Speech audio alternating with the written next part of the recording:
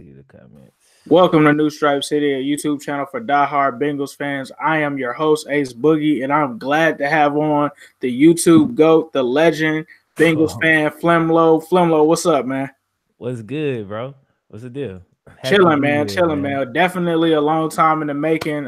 Glad we could definitely connect, especially as Bengals fans, to talk about a number of topics. We were just talking about being that the Ohio State game was just on. Dwayne Haskins. What were your thoughts on Dwayne Haskins? Like, I watched him. He looked good early, but as we kind of talked, he kind of missed on some third down passes. What are your thoughts on Haskins? Yeah, man. Like I missed the early part of the game. I know he played well in the early part of the game. I saw the stats and I heard people talking about it, or I saw people talking about it on Twitter. But when I tuned in late in the game, third downs, like once they started sending pressure, he got hit a couple times. He started backfooting stuff. He started missing easy third down plays. And it just kind of scared me, bro. It kind of scared me because that's the only thing I've really seen of him all year, other than just highlights. I mean, his stats are amazing. He just threw 50 touchdowns this year and stuff like that. But I don't know, man. Just those few plays I saw, it kind of scared me. I didn't think he handled the pressure very well. And it seemed like he got a little tentative. I think he got hit a couple times. Right, and I think that's a great point that you make there, because obviously it's a different level when you go from college to the NFL, and you have less time to make those decisions, and you have more pressure in your face, being that you have guys like Von Miller coming off of the edge. So that's a great point, and it kind of opened up to the quarterback talk. And me and you both were not really the biggest Andy Dalton guys. But at the same time, we talked about not rushing that decision. And I kind of talked about that decision will kind of come down to the next coach that comes in, right? If it's an internal guy like a Hue Jackson or a Darren Simmons or even Bill Lazor, they might be more prone to try to keep Andy Dalton until 2020 when his contract is up, versus a guy like and I'm just throwing it out there just because the reports out there, a guy like Josh McDaniels, he was in a situation in Denver where he actually came in, traded Jay Cutler, went and got his own quarterback in Tim Tebow. Obviously, that went way down south. But I think that's the only situation where we get into a situation where someone wants to draft a quarterback.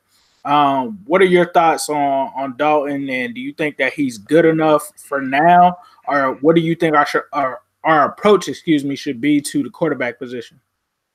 I think our approach should be, and my tune has changed, man. Earlier in the season, like midway through the season, I was hella emotional about this. I just wanted to go get a quarterback ASAP and just start the whole rebuilding process almost. But now, after Herbert pulls out, and I just saw Haskins. If Haskins falls to us, I wouldn't be upset. But if we don't get Haskins, not that big of a deal. I think it'll probably be better to just chill with Dalton, go get one of these beastly defensive players, and then address the quarterback situation next. I think the biggest thing for us this year is going to be, who do they decide to go with head coach, man? Because, I'm kind of scared. Like, I hate the Hue move. Like, if we go Hue, I'm gonna be, what I mean? I won't be happy at all with the Hue move. Right. And I also, they're talking about Vance Joseph. He's gonna interview with us, and a couple other guys.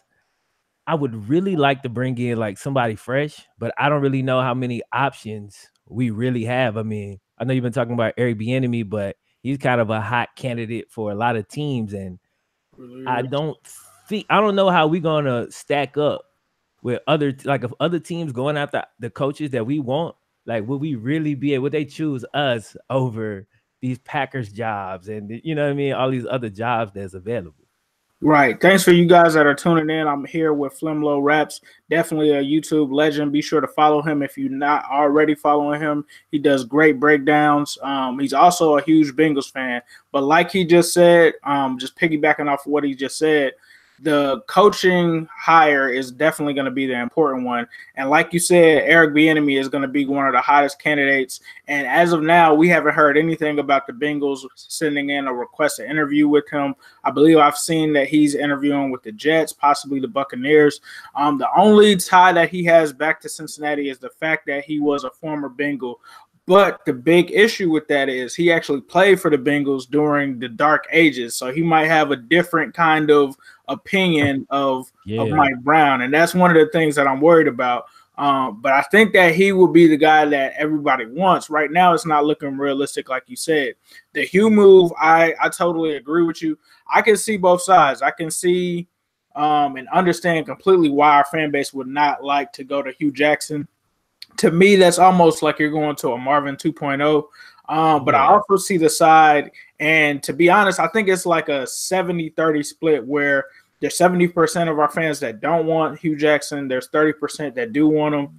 I kind of get both sides. And the only reason I say that is because he was in the Browns organization, and the Cleveland Browns have ruined a lot of coaches, right? Yeah. But I can understand why people would feel like, being that, he also didn't do too well in Oakland, didn't do too well in Cleveland, and all the drama that surrounded him.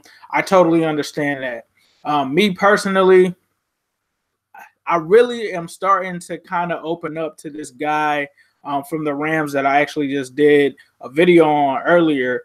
I believe his name is Shane, and he came up under Sean McVay. He also spent some time under Jay Gruden and also Bill Belichick. I think that that's a pretty intriguing move, just because it seems like the Bengals during this coaching search are leaving no stone unturned. Like, they're interviewing all of our internal candidates. They're going out and they're requesting interviews with Josh McDaniels, reaching out to guys that we don't even know.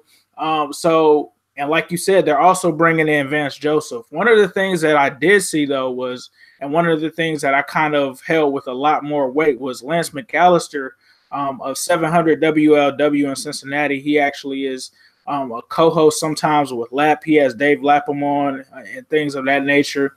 And he talked about the main things that he heard the Bengals front office saying what they wanted in this new head coach was that they wanted someone young, offensive-minded, and a big name. That sounds amazing. Like, especially those first two things, young, offensive-minded. I like both of those. Yeah. Right. And like the first time, like I was talking to my buddy Nardo on here, I want to say yesterday, and we were talking about it. The last time I remember them saying something like that was 2010, when we got rid of Bob Bradkowski and his stale offense, and they brought in Jay Gruden. And so I'm hoping that we have similar results to that now. That would be pretty dope. So that would be amazing. Yeah, it definitely would. What are your thoughts on Vance Joseph, though? Like, obviously, we had him back in the day. Our players seem to love him, but he went to Denver and he kind of fell short out there. But at the same time, he didn't have help at the quarterback position. What's going to happen is, any of these coaches we get, whoever we get, I'm going to find the bright spot in them and I'm going to support. Right. But before we get him, I'm looking at Vance, and I don't feel like Vance is really an upgrade over Marvin. Right. You know what I mean? I feel like we almost just kind of like, all right, we just almost moving, you know what I'm saying, horizontally. Right. And I don't want a coach that we're going to have to win, like, in spite of. I want a coach that could get us some tough wins. Like, not just, all right, we're this talented. We're talented enough to win 6 games, so we win 6 games. Right. You feel me? I wanted a coach that's going to actually elevate the team. I don't think Vance is that dude. You know what I'm saying? I don't know, obviously, but I don't think Vance is that dude. The cat you talking about from the Rams, he could be that dude. Waldron? Yes. Shane Waldron? Yeah. I mean, I like Shane Waldron. I saw somebody saying David Shaw, dude from Stanford. I would like David Shaw, yes. Zim Hude definitely talked about David Shaw. That would be a dope move as well. Yeah. So one of those guys. I think the coordinator, or maybe the quarterback coach, one of those guys from the Saints is maybe available. That could be a good move. You know what I'm saying? Yeah, so definitely. Those kind of some of the guys that I would like to go. I want to go with somebody who's coming from a winning situation. Right. You know what I'm saying? Right. I don't want to get somebody who, like Vance he won the same amount of games we won last year. Right. You know what I'm saying? Like, I want to get somebody who coming from a winning culture. They got that energy, man. And that's the thing with Hue. Like, I don't like throwing Hue under the bus.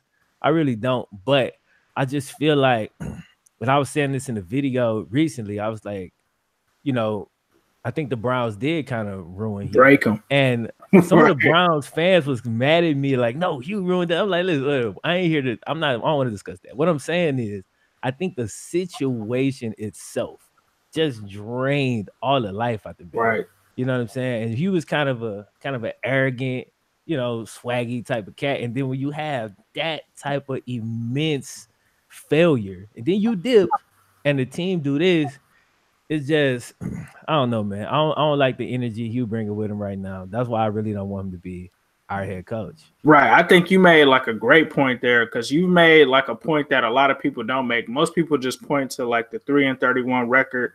But I think, like you said, not only that, like the other thing that's kind of overlooked is the fact that he also lost his mom and I believe his sister or something like that too. Yeah. To get fired. And like you said, like if you watch Hard Knocks when we were on there and you look at his personality then and you look at it now, like you said, it's like he's not the same person. He's not giving off that energy.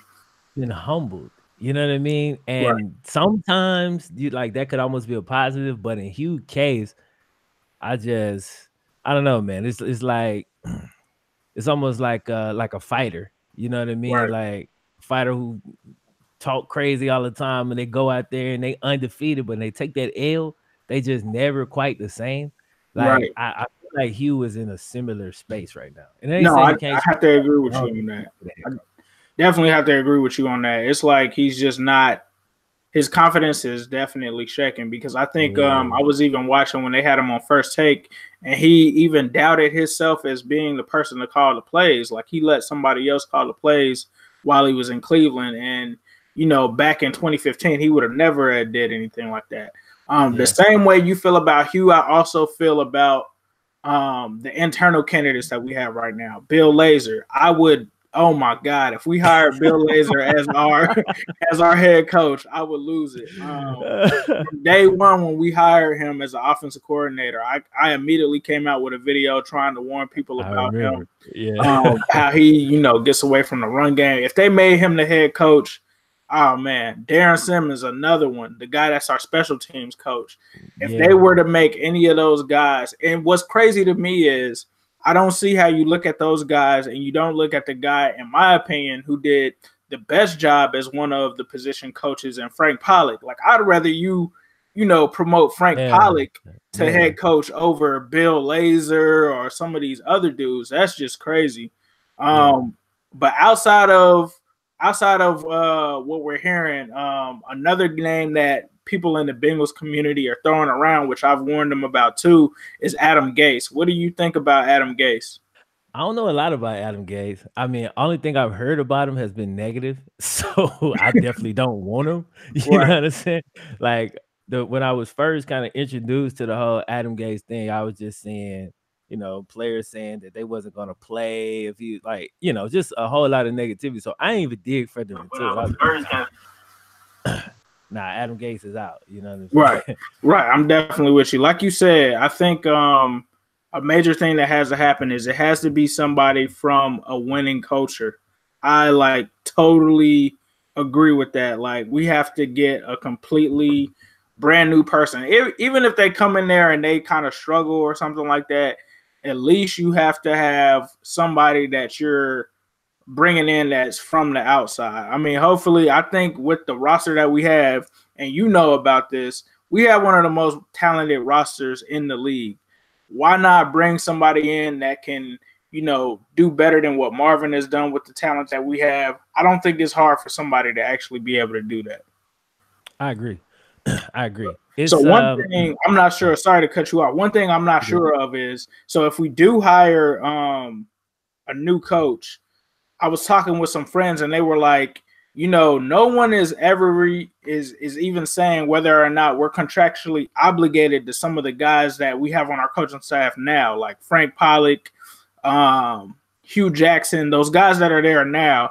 Do you think if we bring in a new coach, do you think that they need to reset the entire staff, or do you think that they're going to try to keep some of those guys on the roster? Okay, I think that they will try to keep some of those guys on the roster. I wish they wouldn't. You know what I mean? I think that they would, though. Just kind of knowing how Mike Brown roll, it's going to be extremely difficult for him to just bring in somebody brand new. and let them bring in their own regime. Like, you're gonna want to maintain, you know what I'm saying? I think, but I just think if you bring in a new guy, don't handcuff him, man. Don't handcuff him so much. Like, let him come in and actually give the man a chance. Let him bring in his guys. Let him, you know what I mean? So he can actually change the culture. Because if we keep them old cats around, like, some of them will be fine. I mean, I'm sure, but you can't keep the whole Yeah. assistant coaching staff and think like them dudes still loyal to Marvin. It's gonna create a negative, you know what I'm saying? Like, almost like a toxic environment. And And it's not going almost to allow for the new culture to take over. right. And to me, I think another issue is, um, and I feel like in typical Bengals fashion, like we always try to act like we're super prepared, but sometimes we aren't. Like, what Yeah. if another team hires away Marvin Lewis? Let's just say hypothetically the Arizona Cardinals hire Marvin Lewis. Then he starts taking people from our staff. Like, what are we gonna do? Like, I just feel like if we I hadn't drag even it thought out too about that. long, that could happen. Yeah, it could. I hadn't even thought about that, man. But yeah, like you said, if that happened, I know we're not prepared for it. Like, I'm 100% sure we're not prepared for that.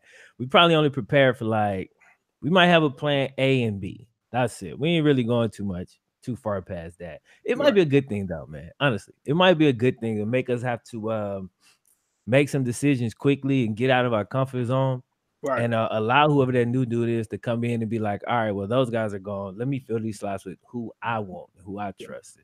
You know. Okay, so I got two last questions for you on the head coach. Okay. Someone is asking. It looks like Bud Dilly Dilly is asking for our thoughts on Mike McCarthy as a potential add, and another man said that he wanted to grab. Let me see. This dude said it was somebody that I've actually heard of before. That's what it is. Charlie Strong from college. What are your thoughts on those two guys? Do you think we actually have a chance to bring in a guy like Mike McCarthy? Do you think we have a chance at a Charlie Strong? The only thing I could see being attractive about our situation for somebody like Mike McCarthy is that he'd go he'd come into a situation where he doesn't have to deal with like a diva like quarterback. You know what I mean? Because it's been heavily reported that him and Aaron Rodgers don't have the best relationship. Right, He'd be coming back his QB coach. I'm not mad. I'm not mad at the Mike McCarthy pickup. Like, honestly, of all the coaches that are out there that we could possibly get, I wouldn't be mad at Mike McCarthy. Like, I think that would be at least a slight upgrade. right, You know what I'm saying? And Mike McCarthy might be a little bit better than I think. I'm really not sure.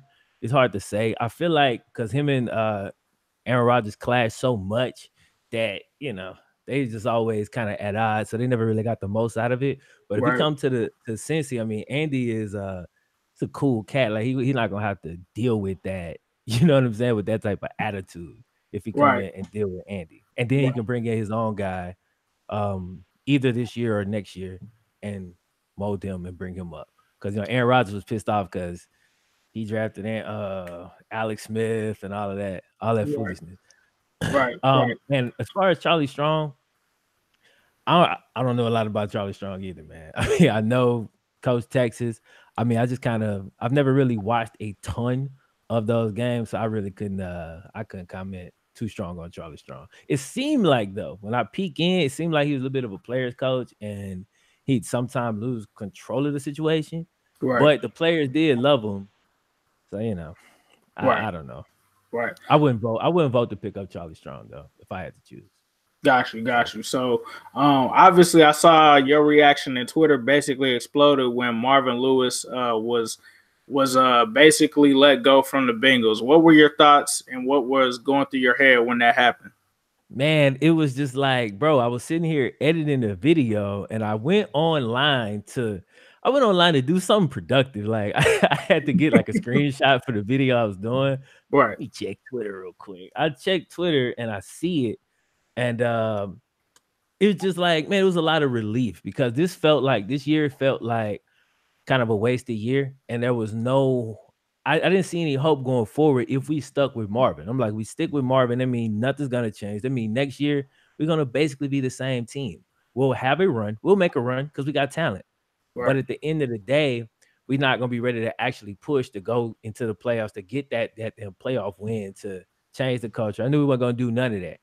So I was happy, bro. I was hella happy. I mean, Marvin been the coach forever. Like I celebrated. I had me a drink, and then you know what's fucked up? Like after I did that, I sat back and I was like, man, I kind of feel bad because I've been calling for Marvin to get up out of there for so long. When it finally happened, I felt relief. I felt hope. Then I was like, well, you know, we should show Marvin some love for the Right. things that he did, but he had to know, man, he just wasn't the dude that could get us over the hump. You know Right. what I'm saying? Like we all know any big games, any primetime games, anything like that, we never show up prepared. You Right. know what I'm saying? We don't even have a chance in those games because we're never prepared. They don't even talk about game management. It was time for Marvin to go. So all No, in all, I'm I'm very happy. And I feel like, you know, almost like a weight off our shoulders. Like we got hope going forward, man. right. Right. Yeah. Definitely. It definitely put us in a space that we haven't been in a very long time. And I had the same reaction as you. At first, it was like excitement, relief. And then, like, I'm like, all right, I think I even tweeted it. I was like, this is the most excited for a Marvin Lewis press conference I've ever been before. And then, like, as I'm watching it and dude kind of started getting emotional, I kind of started feeling bad. It's like, man, it's like I've been bashing him on this channel for years. And it's like I've always had like a love-hate relationship with Marvin because the very first game that I went to in Cincinnati was before Marvin actually got there. It was in 2000, and I think Corey Dillon was still the running back, and he actually set the rushing record that game for 278 yards against the Broncos. And I remember being there, and it was so bad in that era that I found out like years later, like literally like 4 or 5 years ago, that was actually the first win in Paul Brown Stadium. Like they were so trash back then. We would win 2 and 3 games. So like when I became a Bengals fan, when I came of age to actually know what was going on in football and everything, like it was right when he like basically got ready to take over. So 3 years before, I had seen how bad it was. Achilles Smith, Gus Farad, straight garbage, people putting bags on their faces, not wanting to come to the games. And I remember when he got there in 2003, and he ended up starting John Kitna. We drafted Carson. You know, we went 8-8, and it was like we won the Super Bowl. Like you went around the city, and it was like people, and it sounds crazy because compared to any other franchise, that's like mediocre. But to us, that's just how bad we were. It was like we were the Cleveland Browns from a couple years ago, or the Detroit Lions. So I definitely appreciated what he did, but it just got to the point where it was just stale. And those things that you touched on, like not being prepared after bye weeks, getting out there in primetime games and just being embarrassed, getting dominated by the Steelers, looking at the camera focus on this man every single time, and our players will make stupid mistakes and he's not doing anything. He just claps up and is just sitting there with this dumb look on his face. It's just like even the last game, you know, how many times I can't even remember how many times that it's gotten to like the fourth quarter with 5 or 6 minutes left in the game and we have 0 timeouts. Like the clock mismanagement. I was like, but we call the timeouts on the first drive for the second. I'll be like, bro, what are we doing? Dog? And he constantly, I mean, I don't know, man. Constantly. It's like he was so stuck in his ways, man. That's the issue. Like he wasn't prepared to evolve. You know what I mean? Because if he would have done that, maybe something could have happened. He was just stuck in doing the same exact thing, even though it wasn't working. Or to him, maybe it was. Because when he came, he was like you just said, that first year went 8-8. Right. You feel me? And it was a Super Bowl. He kept going 8-8 forever. Like, you know what I mean? Right. Like he just stayed on that same exact level. And you know, and then there would always be these excuses, right? 2005, we didn't win a playoff game because Carson got hurt. That I think was definitely our Super Bowl year. 2015, fast forward, well, even before that, like I want to say like 2014, you couldn't blame Andy or Marvin because AJ Green was out and we had Rex Burkhead lining up at receiver and we were throwing to Kobe Hamilton and guys like there was always an excuse, bro. And I felt like this year it was gonna be the excuse of, oh, we have so many players on IR, we need to bring Marvin back. But to me, like you said, he was stubborn, and it got to the point where I used to get upset. And it's like, dude, I respect you. I've never coached a down or anything in my life of college, professional, or anything. But dude, you do not know what you're doing. To sit up there and just be so arrogant and be like, I know what I'm doing when it's clear. His mindset, man. It's like when he was talking about Hue in the press conference, that was like his quintessential mindset. He was like, well, you know, I think he was a great candidate because he's been in tough situations. So I was like, who cares? Like, of course you've been in tough situations, Marv. Like, you can't just sit there and hope that the situation is not tough and that you just get lucky. You're gonna be in tough situations. That's the whole reason you're there, bro. Like to guide us through the tough situations, not to just sit back with everything good. Of course, we're gonna, you know what I'm saying? We're gonna win those games that we're supposed to win. We're gonna beat the Raiders, but get us out of the tough situations, guide us through them. And like that almost goes straight over his head. I'm like, like, what you mean? And I mean, I've been around for a long time with this team, man. And to me, one of the things that made me become almost Bengalized was the fact that, hey, appreciate you, Michael. Fact that we got swept by the Browns, by the Cleveland Browns. Like, I just lost it after that, bro. Man. One of my YouTube buddies is a diehard Browns fan. Man. Oh man, the group chat. I mean, my God, it's been rough. It's been a rough year. You know what I mean? Toward the end there, I was like, that's fine with me. Like, y'all can have that moral victory in the second one. I wasn't tripping because I'm like, let's just get better draft position at this point. Like, I don't need to, you know what I'm saying? Because winning 8 games versus winning 6, all that mean is we pick 18. You know what I'm saying? Instead of 11. So I'm like, I'm straight. But yeah, it's rough. Like when you sit there and look at it, but if you look at the long game, it was better for us, I think. Oh, I was it let them know it's time to get Marv out of there. You know what I'm saying? Like, I don't want to just be like, okay, we wasn't so bad. You know, let's bring Marv. Nah, man, it's bad. We got to start over. Let's hit the reset button. And I'm with you, man. And it was so tough to say that because, you know, I try to speak to our diehards, and our diehards are like, come on, man, you can't vote for us to lose against the Squealers and stuff like that. But it was like, bro, you got to look at the long-term repercussions of what's going on. We need that 11 pick that we got.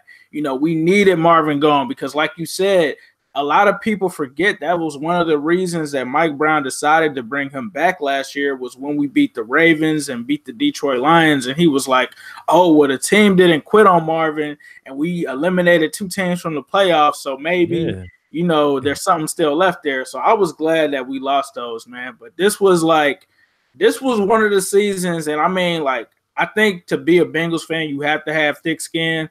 But this was like a season where I think a lot of core fans were really like, I'm done with these dudes if they bring Marvin back. It was just wild. You still there? I'm back. Yeah. Nah, my internet like flipped out for a second. It's back. But nah, I'm with you. I mean, I never felt like that, but I just felt like if they bring him back, next season is just a loss. It's a lost year. You know, so I feel like it would have been a wasted year. You know, I'm like, give Andy a chance with a quarterback with a coach that'll have us better prepared. You know what I'm saying? Because I've been hard on Andy, super hard on him, but maybe it's you know what I'm saying? Maybe it's more Marv. You know what I'm saying? Give Andy a chance, see how he look with somebody else as the head coach. So let him get that year. Because, you know, he put up good numbers, but a lot of times with Andy, as the season go on, and especially late in games, kind of like the same symptoms that Marv have when we really need it on that third down. Oh, he underthrow that pass. Then we punt. And like, you know, that stuff swing the game, bro. We could have put the game out of reach right there, but he don't make that play, that key play. His stats will still look good, but he don't make those key plays. But, you know, give Andy another shot, assuming Haskins doesn't fall to us, because we really don't have any other option, you know what I'm saying, that I see. Right. You know, we might get. I mean, getting the quarterback in the second or third is like, is that dude really gonna come in to challenge? Like, probably not. Probably You not. know? Probably not. Yeah. So I know we talked a lot about the negative from this season. What were some of the positives that you saw from this season with the Bengals? Um, Jesse Bates and Tyler Boyd, like those two dudes. I mean, they beasted. I was really excited when we got Jesse, just from Wake, because I knew he was kind of a ball hawk. I knew he was gonna come in. We hadn't really had that safety since my Reggie Nelson. man, since Reggie Nelson. So I was happy to see to see Jesse coming in, and he had a great year, man. I'm copping a Jesse jersey. I'm gonna be rocking that next year. Him and Tyler, they're my dudes.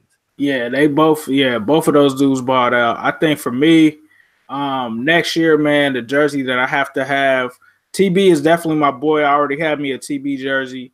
JB3 is definitely gonna get cop too, but I'm getting that Joe Mixon jersey, bro. That dude is unbelievable. Dude, like Joe Mixon is so nasty. I can't remember what game it was. This was early when he split out a receiver and he ran that curl route. And I was like, dog. I told my boy right then, I say that dude is a top 3 back in the league. I was like, it sucks. Nobody's gonna really know it. You know what I'm saying? But I'm like, yo, that dude is unbelievable. So yeah, I don't know how I forgot Joe. You know That's what I'm the saying? gift and that's the gift and the curse of being a Bengals fan, because you have all of these talented players, and it's like you try to tell your friends, because one of my friends, he actually lives in Dallas, but he's originally from Florida, so he's a Bucks fan, but he watches a lot of the Cowboys and stuff now. And I tried to tell him about William Jackson III, and he was just like, nah, I'm not really sold on him like that. And I'm like, dude, we have some really good players. It's just that you're not able to see them because they're being masked by the incompetence of our coaching staff. And like you said, Joe Mixon is crazy. Like unless people play fantasy football, they really didn't know anything about Joe Mixon. Like it was crazy. Yeah. He's got like his top 5 highlights from this season is just unbelievable, man. But as we kind of clean up the line situation, like he'll keep elevating, because that dude, he honestly off the charts, man. I think he Right. can He be the led the best back in the AFC league this year season. with a bad line and missing 2 games. He led the AFC in rushing. That's crazy. He's so damn explosive, man. He's so explosive. It's ridiculous. You know what I'm saying? Right. Well, before we wrap up, man, I don't want to hold you too long. I know you got a busy schedule.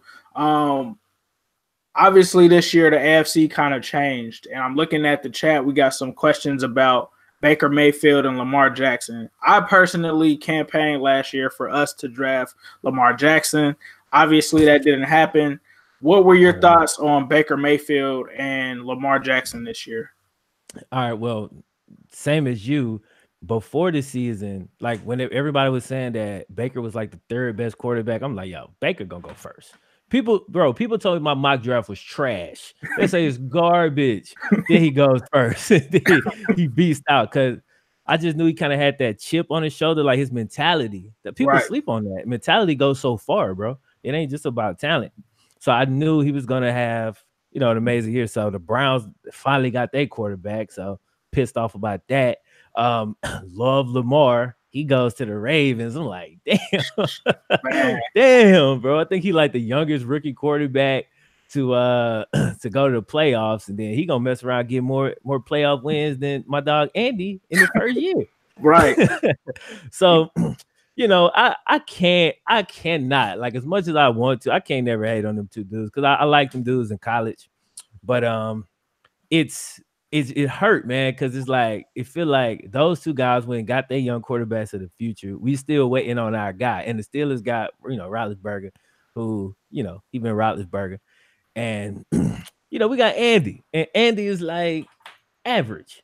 Right. Andy's an average quarterback, and it's just like he's not really getting any better. It's not like you know what I'm saying. So it's not a ton to look forward to there, other than the fact that he'll not have Marv. So maybe we move forward with that. So yeah, I hope that we can make that move in the next year to 3 years. Right. You got a lot of quarterbacks that's gonna be coming out in the next couple years. Right. We can nab one of those guys, but it's gonna be tough, because I think our team is so talented that we'll never be picking like at the top. You feel me? We couldn't even get top 10 this year. Right. You know what I'm saying? We had a rough year. We still ain't top 10. Right. So I hope that at some point soon in the near future, we can have our quarterback of the future, so we can kind of compete with the Bakers and the Lamars and those dudes. Well, look at it this way, man. If it doesn't work out, we have 2 more seasons of Andy Dalton because his contract ends in 2020. But I was with you on. I did the same thing with my mock draft, Baker Mayfield #1. The reason that I had went with Baker was because I saw that they had consulted Bill Parcells, and Bill Parcells has this formula for what he looks for in a first-round draft pick. And the only 2 people that made it were Baker Mayfield, that met like every single requirement. It was something crazy, like played all 4 years and threw for this many yards and did this. And the only people that made it were Baker Mayfield and Mason Rudolph. And I was like, there's no way that Mason Rudolph is going that high. So I had did the same thing, and people were like, you crazy. It's not going to happen. But I had the same reaction you did when it happened. I remember I'm actually on a Bengals Real Talk group chat on Facebook, and I told these dudes, I was like, bruh, the Browns just got their quarterback. The Ravens just went and got Lamar Jackson. #2, Lamar Jackson is pissed because everybody passed on him. We passed on him. Everybody passed on him. I was like, man, we're in trouble. The first thing they told me was one of my guys said, scrambling quarterbacks aren't going to work in the AFC North. And I was like, man, scrambling quarterbacks are the future. So, like, that's going to be a problem that the defense always has to account for. But like you said, if Andy, it almost kind of makes me feel like right now, if I were to look at it, we probably have the worst quarterback in the division. And that's not to say that Andy Dalton is trash. It just seems like those other guys have higher ceilings than what Andy has. And like you said earlier, 100%. He's already plateaued. Plateaued. But once again, Flem, thank you for coming on here, man. I totally appreciate you taking time out of your schedule. If you guys don't follow him, definitely be sure to follow him. Make sure you subscribe to his YouTube page. He's always talking about a whole bunch of different sports topics. Be sure to follow him. Good dude. Appreciate you, Flem. Already, bro. Glad to be here. All right, bro. And as usual, guys, I will leave you with a Hue Day all day, every day, and especially on Sunday.